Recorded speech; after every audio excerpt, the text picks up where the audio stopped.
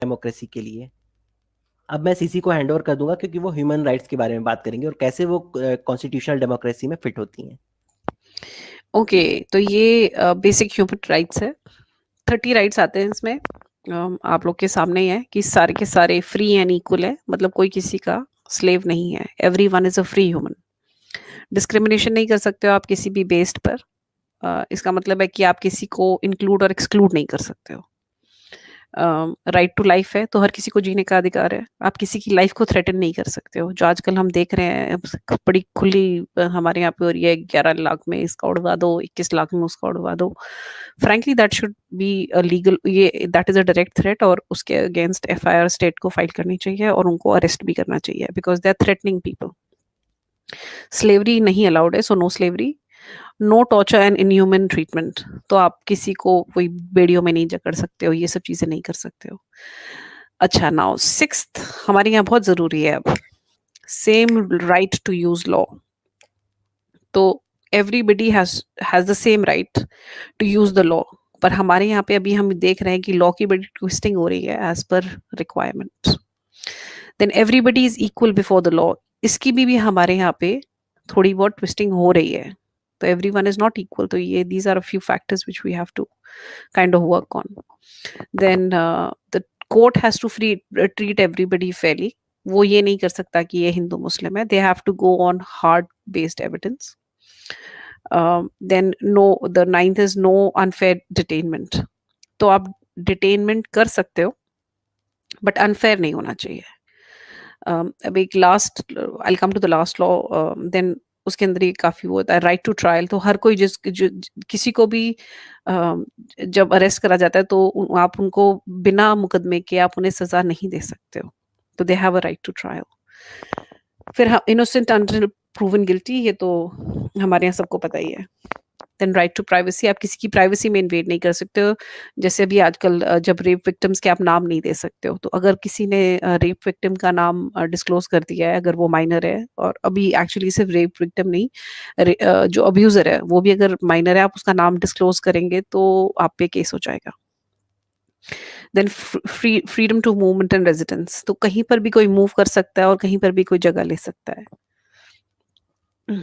फिर right to asylum, तो अगर आप किसी को लगता है कि उसकी जान को खतरा है, तो वो आपके देश में अप्लाई कर सकता है। फिर राइट टू नेशनैलिटी, तो ये डिपेंड करता है कि अगर आपका जो देश है, अगर वो जैसे जो भी वहाँ पे पैदा होता है, अगर उसको सिटीजनशिप ऑटोमेटिकली मिल जाती है, तो उनको राइट टू नेशनैलिटी वहाँ पे होगी। इससे कोई फर्क नहीं पड़ता कि वो फिर बाहर का हो या नहीं हो। आई थिंक ये यूएसए में एप्लीकेबल होता है, फिलहाल इंडिया में इसका एप्लीकेशन नहीं है। Then right to marry and have family, तो आप किसी से भी शादी कर सकते हो, इट डजेंट मैटर। तो डिस्क्रिमिनेशन और ये दे गो हैंड इन हैंड। उसके बाद राइट टू ओन थिंग्स, आप किसी भी चीज को ओन कर सकते हो, कोई प्रॉब्लम नहीं है। Freedom of thought and religion, तो आपको सोच का और रिलीजन प्रैक्टिस करने का आपको पूरा हक है। आपका जो दिल करता है प्रैक्टिस करो, अगर नहीं करता मत करो, सिंपल। और freedom two of opinion and expression, तो ये हमारे यहाँ भी फिलहाल ब्लास्फेमी लॉ से हिंडर हो रहा है। और फ्रीडम ऑफ ओपिनियन और एक्सप्रेशन में अभी पीछे एक जो कमलेश तिवारी जी का काफी बड़ा केस है, दैट शोज कि we need to work on that. और ऑब्वियसली हमें ब्लास्फेमी लॉ को कम्प्लीटली हटाना है। और कोई किसी को कुछ भी कहे, अगर आपको बुरा लगता है, तो you have to go through the legal system. आप लॉ अपने हाथ में नहीं ले सकते। देन राइट, तो अगर आपको कोई प्रोटेस्ट करना है तो आप एक जगह सब इकट्ठे हो सकते हैं। इसके लिए लेकिन कॉन्स्टिट्यूशन में अपने राइट्स हैं कि गवर्नमेंट और सुप्रीम कोर्ट ने जगहें, स्पेसिफिक जगहें होती हैं हर स्टेट में, आप वहां पे असेंबल कर सकते हो, आप रोड ब्लॉक नहीं कर सकते हो, ये राइट नहीं है आपको। तो पब्लिक प्लेसेस को आप ब्लॉक नहीं कर सकते हो बिना परमिशन के। आप पब्लिक प्लेसेस में, स्पेशली जो अनऑथराइज प्लेसेस हैं, उनमें आप असेंबल नहीं कर सकते हो। तो that does not come under right to assemble. Right to democracy, so obviously अभी हम लोगों ने पूरा आपको सिस्टम बता दिया है कि हाउ डेमोक्रेसी वर्क्स। तो इसके अंदर राइट टू वोट आ जाता है। ल्यूरिंग इज पनिशेबल हमारे यहाँ पे, पर फिर भी लोग पैसे दे देकर वोट खरीदने की कोशिश करते हैं। तो राइट टू सोशल सिक्योरिटी हमारे यहाँ, बेसिकली आप सिक्योर हो, बट आपको सोशली आपको प्रॉब्लम नहीं होनी चाहिए अपने आसपास के लोगों से। फिर राइट टू वर्क, तो आपको उस जगह पे काम करने का हक है और इसके बेसिस पर आपकी डिस्क्रिमिनेशन नहीं हो सकती। Right to rest and holiday, ये आपकी पेड लीव्स होती हैं। राइट टू सोशल सर्विस मैंने 2 बार लिख दिया आई थिंक ये। फिर राइट टू एजुकेशन है, जो सारे बच्चों का हक है। सबको आप मना नहीं कर सकते हो कि कि आप, क्योंकि ये पीछे हमारे यहाँ प्रॉब्लम आई थी जब जब प्रोस्टिट्यूट्स जो बेसिकली ब्रॉथल साइड से जो विमेन थी, उनके बच्चों को फादर का नाम नहीं होने पे एडमिशन नहीं मिल रहा था। तो तब हमारे यहाँ पे इस चीज़ को चेंज करा गया था और फादर के नाम और मदर के नाम दोनों की स्पेस दी गई थी। किसी भी एक का नाम डालने से चल सकता था, स्कूल के एडमिशन में प्रॉब्लम नहीं आती, क्योंकि पहले आई थिंक ये प्रॉब्लम थी कि किसी ना किसी का नाम डलना ही था। तो इस चक्कर में वहाँ के जो बच्चे थे, जो देवदासियों के बच्चे थे, अब तो फ्रैंकली इतनी प्रथा नहीं है, बट ये प्रॉब्लम थी। और जो ब्रॉथल्स में काम कर रही थी, फिर उनको लोगों से दे वर नॉट मैरिड, तो काफ़ी प्रॉब्लम चल रही थी। तो ये सब चीज़ें हमारे यहाँ पे फिर चेंज हुई और आज की डेट में कोई भी बच्चा उसका मदर, फादर या गार्डियन तीनों में से कोई भी एक नाम होगा तो वो चलेगा। School can not question, state can not question. तो ये राइट टू एजुकेशन में तो मतलब आप किसी भी तरीके से रोक नहीं सकते। Right to culture and art, तो आपका जो अपना कल्चर है आप उसे प्रैक्टिस कर सकते हो। आपको कोई इसके लिए रोक नहीं सकता, कोई आपको डिस्क्रिमिनेट नहीं कर सकता। अभी पीछे फिर दिल्ली में प्रॉब्लम आई थी पीछे, जहाँ पर आई थिंक एक काफ़ी किसी पॉश क्लब में एक बंदी अपनी कल्चरल ड्रेस पहन कर गई थी एंड फिर I think they asked her to step out और something like this and then बाद में they had to apologise and I think they paid a fine also. जहाँ तक मेरी अंडरस्टैंडिंग है, it was a posh hotel. तो that is your right to culture. आप कहीं पर भी अपना कल्चर और आर्ट आप प्रैक्टिस कर सकते हो। They can not stop you, they can not discriminate you. Then freedom around the world. So obviously you're a free citizen. You cannot be discriminated because you are from a certain country. Now, subject to law. The subject to law होता है जब एक country अपने लिए decide करती है कि अपनी national security, अपनी population, अपने local population, local rules के हिसाब से उनको क्या सूट करता है, तो वो सारी चीज़ें इन दे कैन डिक्टेट। जैसे अगर हमारे यहाँ पे आई नो आज की डेट में पाकिस्तान के वीज़ाज़ वगैरह है वो ज़्यादा स्क्रूटनी में है, तो our government can dictate these terms. हमारी गवर्नमेंट ये बोल सकती है कि भाई अगर हमें रोहिंग्या से थ्रेट लगती है तो हमारी government can take a step to say that we do not want them there. तो this is a part of our democracy. इसको आप क्वेश्चन नहीं कर सकते हो। If the government has said कि this is the rule we are taking as per our need, हमारी जो आज का टाइम है, तो दैट ओवरटेक्स ऑल दिस। जैसे हमारे यहाँ टाडा था, तो टाडा वाज डन ताकि अगर जहाँ पे भी पता चले कि टेररिस्ट हैं, कहीं पर आर्म्स हैं, तो आप हाथ के हाथ नॉन बेलेबल वारंट्स इशू होते थे उसके, एंड उसके लिए रात को भी कोर्ट्स खुलते थे। So there is a kind of things, then they will overrule quite some things in this. And the last rule of human charter is कि आप ह्यूमन राइट्स को आप you can not take them away in a democracy. So ये basic human rights हैं जो मैंने सबके सामने रख दिए हैं। एंड इनके बेसिस पर, so these are the basic human rights. इसके बेसिस पर फिर वी विल टॉक मोर। अच्छा, इसके अंदर ये जो राइट टू सोशल सर्विस था ना, ये right to I think life और समथिंग लाइक दिस था, जिसका जो था बेसिक मतलब है कि आपको खाना पीना और जो बेसिक आपकी नीड्स हैं वो स्टेट की रिस्पॉन्सिबिलिटी है कि आपकी कंट्री में अवेलेबल होने चाहिए आपको without discrimination. That is what this was. Okay, we can go on the next slide now.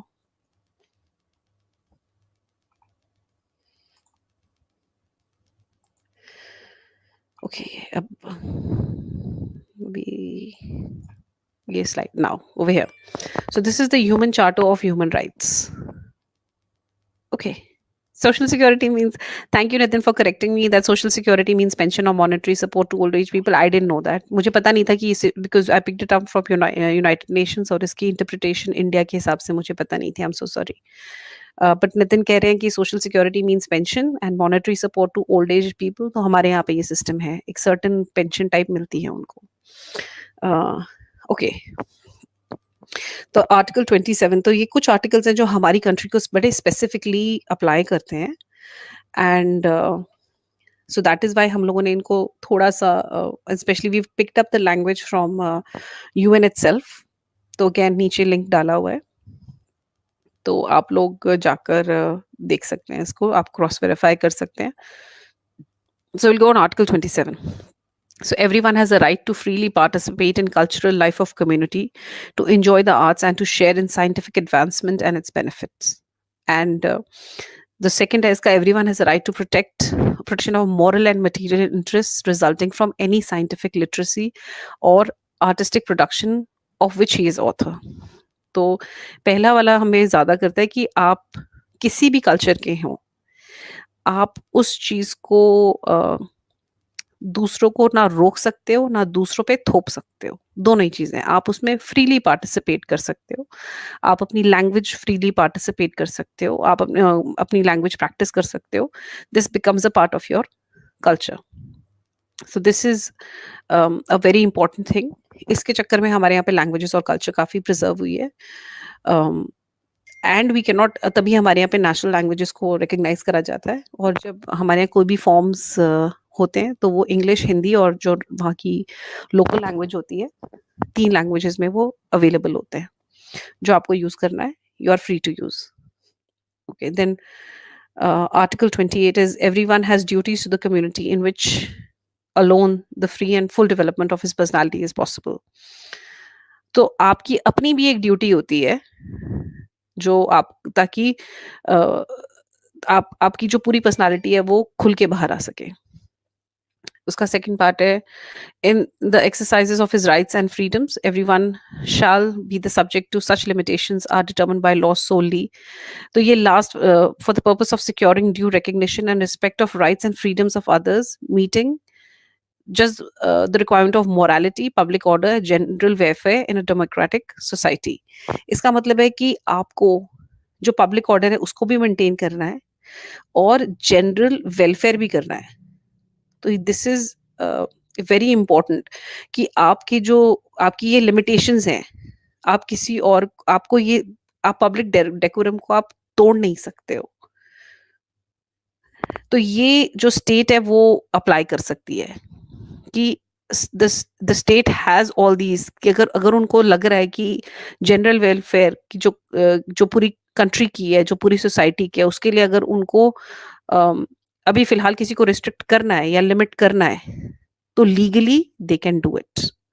And this is where I was talking about कि अगर हमें लगता है कि हमारे देश में आकर आज की डेट में अगर रोहिंग्या से हमें एक सोशल सिक्योरिटी, हमारी सोशली एक हमें एक थ्रेट है कि वो हमारी कंट्री में आके कम्युनल राइट्स कर सकते हैं, या क्राइम इंक्रीज कर रहे हैं, या क्रिमिनल एक्टिविटीज कर रहे हैं, या हमारे लीगल लूप होल्स को वो लोग एक्सप्लॉइट कर रहे हैं, हमारे यहाँ आधार कार्ड बनवा रहे हैं, जमीनें खरीद रहे हैं। All these things are not the rights of refugees, specially because हमारी कंट्री की एक रेफ्यूजी पॉलिसी उनके साथ नहीं है। सो right now they become a security threat, and then our country can decide ki we do not want them anymore and they have to leave our country. It's a very simple thing. So this is a legal aspect, and even the UN Charter of Human Rights gives us, as a democratic country, hame ye rights hain. So these rights and freedoms may in no case be exercised contrary to the purpose and principles of the United Nations. तो ये चीज हमें ये ध्यान रखनी चाहिए कि all we are talking about is very legal aspect है ये। Okay. You can go on the next slide now.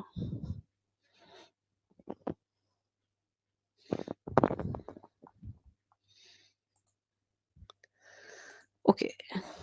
ये है हमारा basic human rights of freedom of religion of belief. इसको हमने थोड़ा सा put it in a bullet form, और नीचे इंटरनेशनल ह्यूमन राइट्स ऑर्गेनाइजेशन से हमने ये पिकअप करे हैं। So the freedom of religion को विल सिंपली एक्सप्लेन। तो freedom of to adopt, change और renounce religion of belief, that means आप, अगर आप चाहो तो आप उसमें रह सकते हो, कोई और ले सकते हो जिसमें पैदा हुए हो, या फिर आप किसी को भी ना मानो। Freedom from coercion, so this is what that हमारे यहाँ जो एंटी कन्वर्जन लॉ है वो that is what it is. क्योंकि ह्यूमन राइट्स ये कहते हैं कि आप किसी को कोर्स नहीं कर सकते हो, कि ना आप उसको फोर्स कर सकते हो, ना आप उसे ल्योर कर सकते हो आपके रिलीजन को फॉलो करने के लिए। ये दोनों ही चीजें are against freedom of religion and belief. तो कोर्जन का कोई भी जाके मीनिंग देख सकता है, what it means, and it is not allowed. This is the उसी के अगेंस्ट जो एंटी कन्वर्जन बिल आया है, that is very much within the basic human rights of the human charter. Third point है the right to manifest one's religion और belief. तो आपका आप जैसा प्रैक्टिस करना चाहते हो आप कर सकते हो। फिर फ्रीडम टू वर्शिप, आपकी प्लेसेस ऑफ रिलीजन जो है वर्शिप है उनका, उनकी प्रोटेक्शन या फिर उनकी रिस्पेक्ट होनी जरूरी है।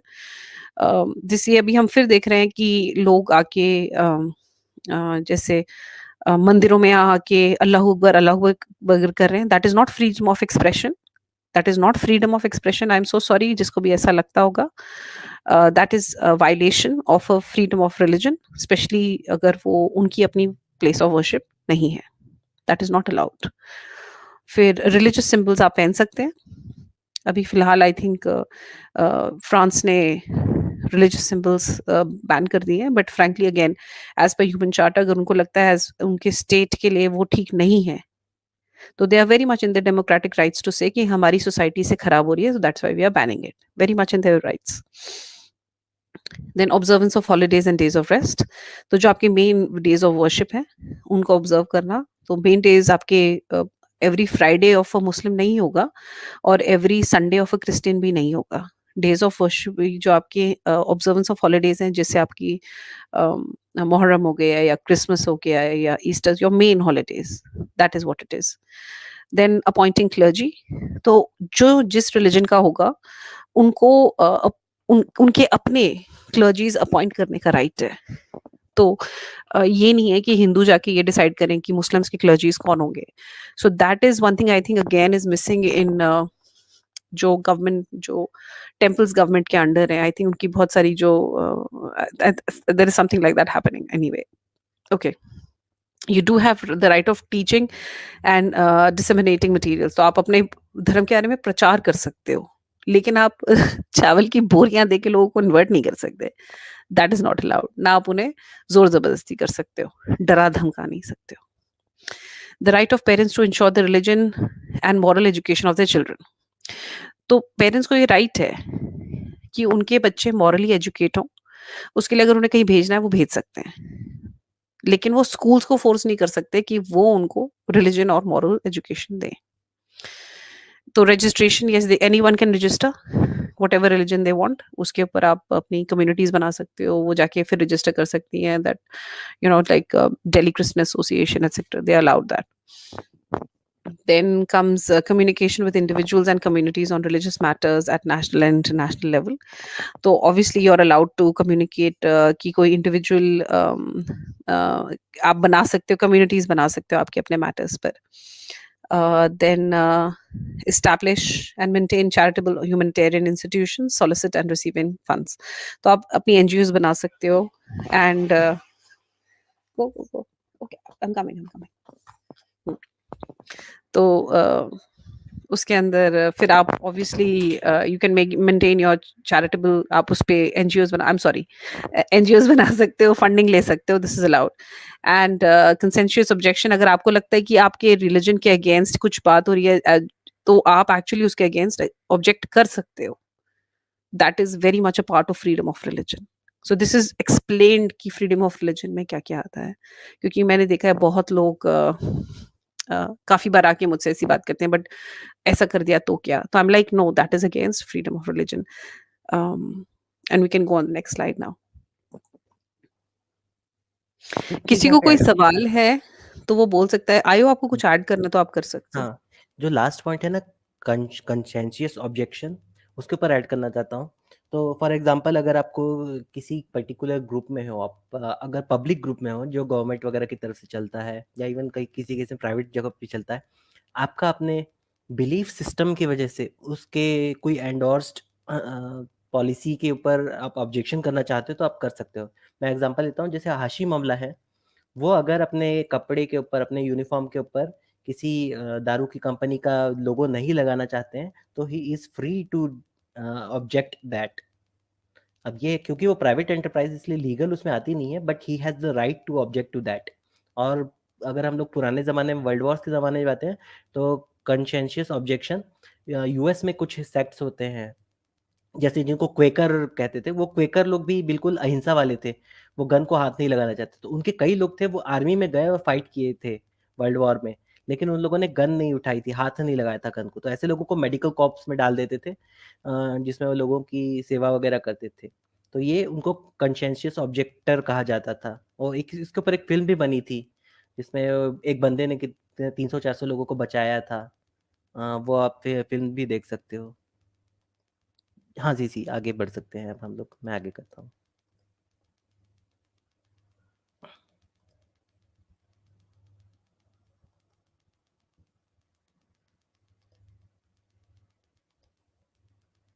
जी, जी, जी।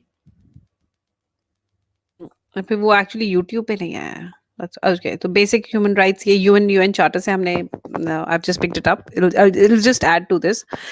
The work or the mandate of special rapporteur in the freedom of religion or belief is also guided by the relevant articles of the International Covenant on Economic, Social, and Cultural Rights, the International Convention on Elimination or all form of racial discrimination. ये सब इसके under आता है. The convention of rights. तो आपके जितने भी religion के फ्रीडम ऑफ रिलीजन है, they have to keep in mind all of this. तो रिलीजन को क्या क्या ध्यान पे रखना है? Freedom of religion is has to keep what in mind? The international covenant of economic. तो आप गरीब अमीर नहीं कर सकते हो रिलीजन के लिए.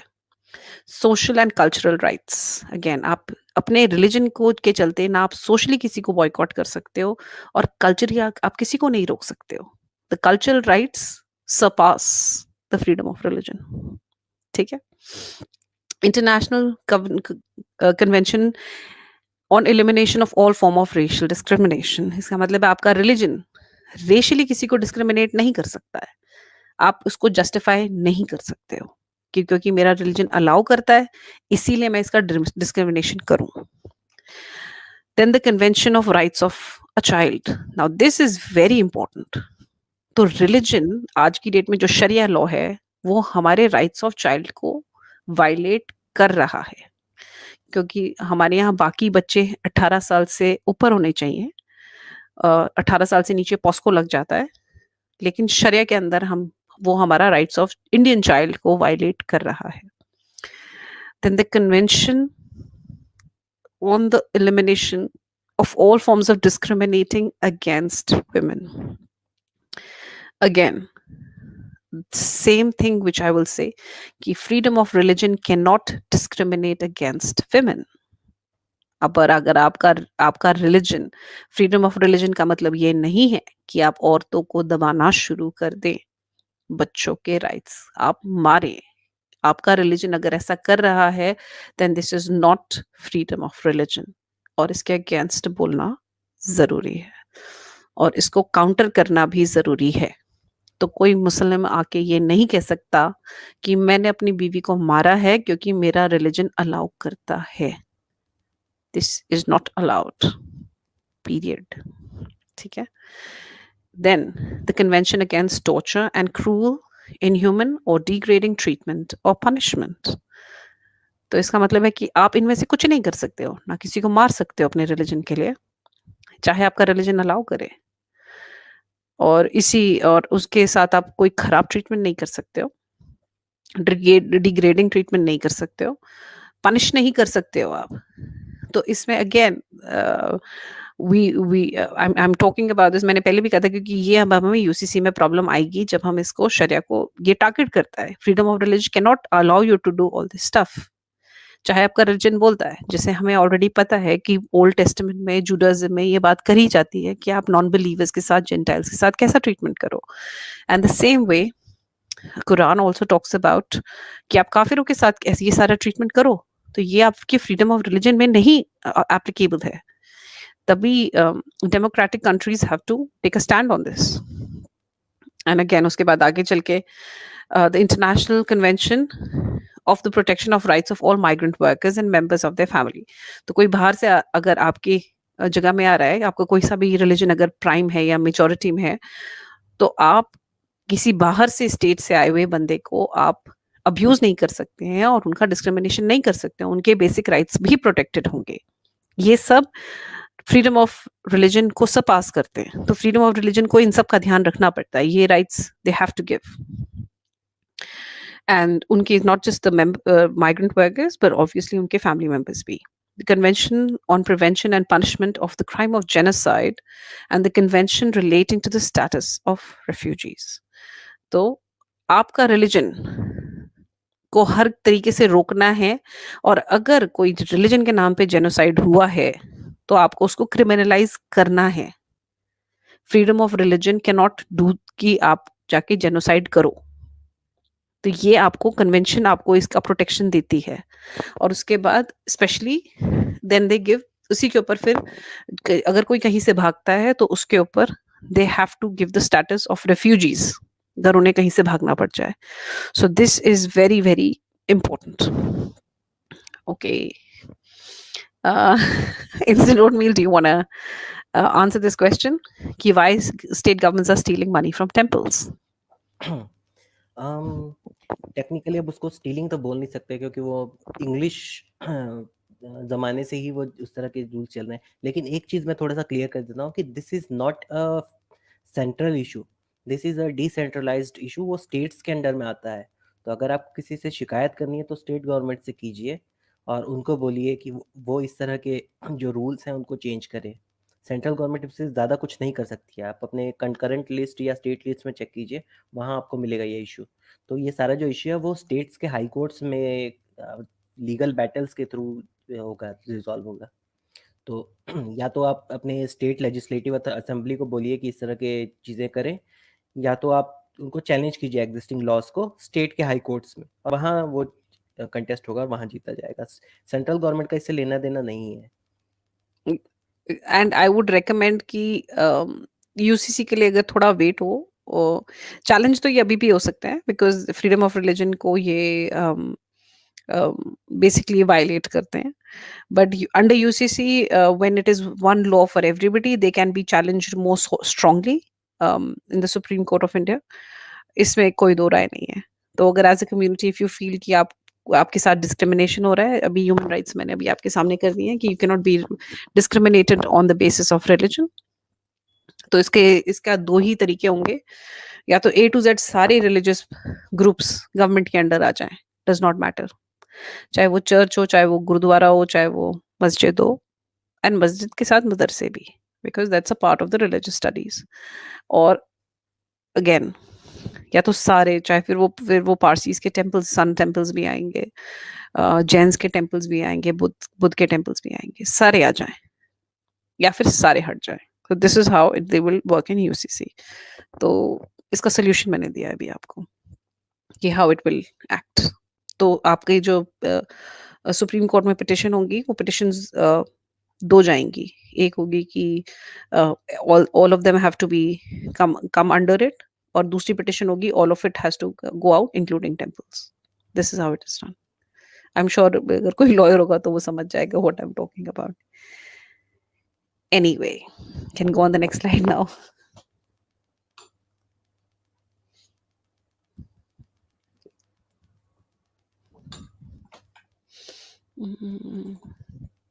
Okay.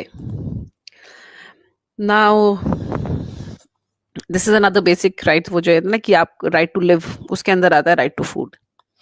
तो right to live होता है कि आपकी जो country है वो आपको जो आपके रहने की जगह, मतलब आपको मूवमेंट की जगह सब कुछ होता है, लेकिन आपकी कंट्री में आपके लिए एक सफिशिएंट खाना होना चाहिए। Very clearly, right to food does not mean choice of food. Please do not mix them. Very clearly I am telling everybody, क्योंकि मैं बार-बार सुनती रहती हूँ। Let's define rights to food as per UN Charter of Human Rights. So we will go on the next slide now.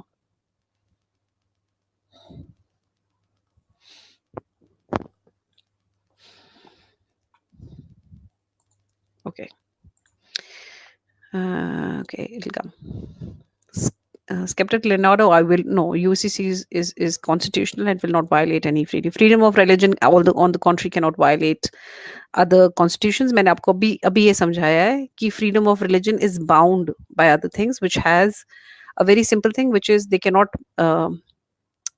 encroach on women rights and they cannot encroach on child rights. And I'm so sorry, but as of now, Sharia does that. वो women rights को भी exploit करता है, और मैंने अभी बताया है कि पॉस्को का एक्ट नहीं लगता, तो it is exploiting our children rights as well. So I am so sorry. Then you, तभी मैंने आपको बोला था कि फ्रीडम ऑफ रिलीजन को इसीलिए मैंने काफी अच्छे से एक्सप्लेन करा था. Okay, right to food, this as पर again UN charter of human rights के हिसाब से है ये. So the right to food is very simple, and I'm going to read it out to you. The right of adequate food is realized when every man, woman, and child, alone in the community or with others, तो मतलब basically पूरी community, does not matter, चाहे वो अकेले हो चाहे वो सबके साथ हो, has physical and economic access to all times to adequate food or means for its procurement. इसका मतलब है खाने का access होना चाहिए, हर समय होना चाहिए. फिजिकली आप जा सकते हो, आपको रोका ना जाए. और economic access basically just means कि आपके पास पैसे होने चाहिए. और हमारे यहाँ पे जो गरीब हैं उनके लिए राशन कार्ड बनाया जाता है कि जस्ट इन केस वो नॉर्मल दुकानों से जाके नहीं खरीद सकते, तो गवर्नमेंट उन्हें 2 रुपए किलो पे चीनी देती है. अभी भी 2 रुपए किलो पे होगी या 4 रुपए किलो पे होगी, तो वेरी बेसिक जो कोई भी अफोर्ड कर सकता है. तो ये हमारी यहाँ पे गवर्नमेंट करती है. नाउ ऑल 3 थिंग्स विच ऊपर लिखी हुई है उनको मैंने काफी ओपनली वो करा है. Availability refers to enough food being produced for both present and future generations, therefore entailing the notions of sustainability, long-term availability and protection of environment. तो basically इसका मतलब है कि availability का मतलब है कि खाना होना चाहिए, प्रोडक्शन में प्रॉब्लम नहीं होनी चाहिए, और स्टोरेज भी होनी चाहिए. उसके बाद वो लाइन्स के थ्रू डिस्ट्रीब्यूट भी होना चाहिए. लेकिन इसको देखते हुए कि लॉन्ग टर्म मतलब 2-3 साल का जो कोटा कंट्री बनाती है, इसलिए बनाती है. एनवायरनमेंट को आप ये देखिए, ध्यान रखिए, यहाँ पे भी लिखा हुआ है प्रोटेक्शन ऑफ द एनवायरनमेंट. इसका मतलब है कि आपका अवेलेबिलिटी के लिए आप एनवायरनमेंट को भी दाव पे नहीं लगा सकते. It's very simple thing. Then adequacy refers to the dietary need of an individual, which has to be fulfilled not in the terms of quantity, but also in the terms of nutritious quantity of accessible food. It also includes the importance of taking into account non-nutrient values attached to the food, be cultural ones or consumer concerns. तो आप ये देखिएगा, यहाँ पे religion नहीं लिखा हुआ है, यहाँ पे कल्चरल लिखा हुआ है. तो इसका मतलब है कि आपके जो इंडिविजुअल हैं, जो उनकी क्वांटिटी है उतना, उसमें न्यूट्रिशन भी होना चाहिए. इसका मतलब ये नहीं कि आप सिर्फ किसी को चावल ही खिलाते रहो, दिन रात चावल खा भाई, चावल खा भाई, चावल खा. इसका मतलब अगर उसको सब्जी चाहिए तो आप सब्जी भी दें. तो आपकी अवेलेबिलिटी हर चीज की होनी चाहिए. तो आप एक चीज से आप अपना पल्ला नहीं झाड़ सकते. That is what it means. इसलिए जब आप राशन की दुकान में जाते हैं तो वहां पे आपको इन गवर्नमेंट के थ्रू आपको चीनी, चावल, आटा और दालें, तो आपको nutritionally they are, it's a diverse thing which is available. Accessibility, economic, implies that the financial cost incurred of acquisition of food for an adequate diet does not threaten or endanger the realization of other basic needs. Some example, housing, health, etc. Basically इसका मतलब simple है कि आपकी affordable होनी चाहिए. तो तभी मैंने कहा था जी, राशन कार्ड के ऊपर जो बीपीएल में हैं लोग, वो बहुत सस्ता खाना ले सकते हैं इंडिया में. Physical accessibility implies that everyone, including physically vulnerable individuals, such as infants and young children, elderly people, and physically disabled, terminally ill, and persons with persistent medical problems, including mentally ill, should be ensured access to adequate food. इसका मतलब है कि basically कोई भी, चाहे उसे कोई, अगर वो बीमार है, बड़ा, छोटा, बुढ़ा, कोई मेडिकल प्रॉब्लम, कोई मेंटली इल पर्सन, सबको आपको इंश्योर करना है स्टेट को कि उनके पास खाना हो, मतलब एक्सेस हो. ये नहीं कि आपको जाके उनको खाना खिलाना है, but basically it needs to be accessed. तो चलो, we can go on the next thing.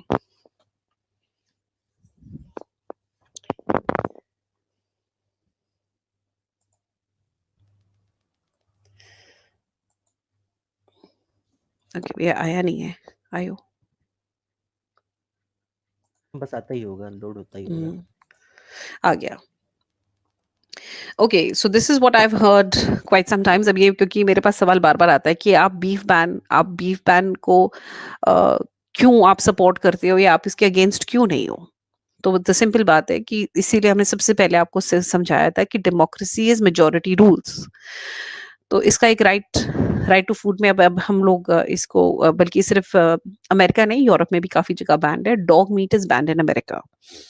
तो हम लोग मैं बीफ बैन को डॉग मीट बैन से कंपेयर करती हूँ, क्योंकि so this is a bill which was passed in Florida representatives, और ये उनके नाम है, and basically they ban the slaughter of dogs and cats for human consumption in United States. It was passed on a certain date, 2018 का bill है ये. The bill made it illegal to knowingly slaughter, transport, possess, buy or sell or donate dogs or cats for the part or their parts for human consumptions. Violators will be fined up to $5,000. तो इसमें अगर आप जानकर किसी भी जानवर को, जो आपको कुत्ते बिल्ली की बात हो रही है यहाँ पे, उनको अगर आपने ह्यूमन कंजम्पशन के लिए ये जानते हुए कि उनको काटा जाएगा, आपने उनको दिया आगे, ट्रांसपोर्ट कराया, आपने इस चक्कर में कि आप उन्हें काटेंगे, आपने उनको खरीदा, उन्हें बेचा, या फिर आपने बिना पैसे के भी दे दिए कि भाई आप ये कुत्ते को लेके जाके काट के खा लो, तो भी it's illegal and you would be fined up to $5,000. This is very clearly, ठीक है. और उसके ऊपर जो Republican senator था, उसने कहा था dogs and cats provide love and companionship to millions of people and should not be slaughtered and sold as food. Again, the House also passed a non-binding resolution urging other nations to end dog and meat trade. It asked governments of China, South Korea, Vietnam, Thailand, and Philippines and Indonesia, Cambodia, Laos, India, and other nations to ban consumptions of the animals of dogs and cats. Taiwan last year became the first Asian government to outlaw the slaughter of dogs and cats for human consumption. तो basically उन्होंने खुद तो करा, उन्होंने बाकी देशों को भी बोला, ठीक है, कि आप भी कुत्ते बिल्ली मत काट के मत खाइए, इंक्लूडिंग चाइना, which basically जो सबसे ज्यादा कुत्ते बिल्ली काटते हैं खाते हैं. Why did I pick up dog meat? क्योंकि उन्होंने बड़ी क्लियरली कहा लव एंड कंपेनियनशिप. तो हमारे यहाँ पे ये जो लव एंड कंपेनियनशिप का जो रिलेशनशिप है, we know that already Hindus revere them, and वो उनके साथ लव एंड कंपेनियनशिप ही देख रहे होते हैं. वो उनको चाहे वो कुछ भी उन्हें कहें, डज नॉट मैटर. जैसे कुत्ते बिल्ली को सारे वहां पे कहते हैं my baby, it's my baby, I am it's mummy. आप कोई भी उठा के देखिए, इसका मतलब ये नहीं कि उनके बच्चे बन जाते हैं वो. इसका मतलब है they just acknowledging a love and companionship. It's a simple thing, it's a relationship they have. और ये रिलेशनशिप हम क्या देखते हैं. तो as a majority if that's what they want, then it's fine. ये डेमोक्रेटिक रूल है, कोई बड़ी बात नहीं है. सो इसी तरह हम यही देखते हैं कि इस्लामिक कंट्रीज में पोक बैन होता है. That is also fine, that is a majority rules, whether they like it or they're basically practicing democracy over there. तो अगर किसी को सेम वे, अगर आप किसी को बीफ खाना ही है, तो कुछ स्टेट्स इंडिया में अलाउ करते हैं, आप जाके खाइए वहां पे, नो इश्यूज. तो it's a very simple thing. This is very very well how it's worked. Do we have any other? तो इसीलिए मैंने ये उठाया, क्योंकि मैं बार बार ये सुनती रहती हूँ डेमोक्रेसी है तो बीफ बैन क्यों. आप यूसीसी की बात कर रहे हो तो beef ban. This is very clearly I explain you. इसीलिए मैंने आपको एक्सप्लेन कर दिया कि as per democracy rules of the world this is very well legal, और इसमें कोई इशू नहीं है. तो जब डेमोक्रेसी के हिसाब से इसमें इशू नहीं है, तो frankly I don't have an issue. मेरे पास ज्यादा बड़ी बातें हैं to discuss and to work on when it comes to UCC. इसके बाद कोई स्लाइड है? नहीं, यहाँ पे कंप्लीट होता है प्रेजेंटेशन. अच्छा, तो मैं so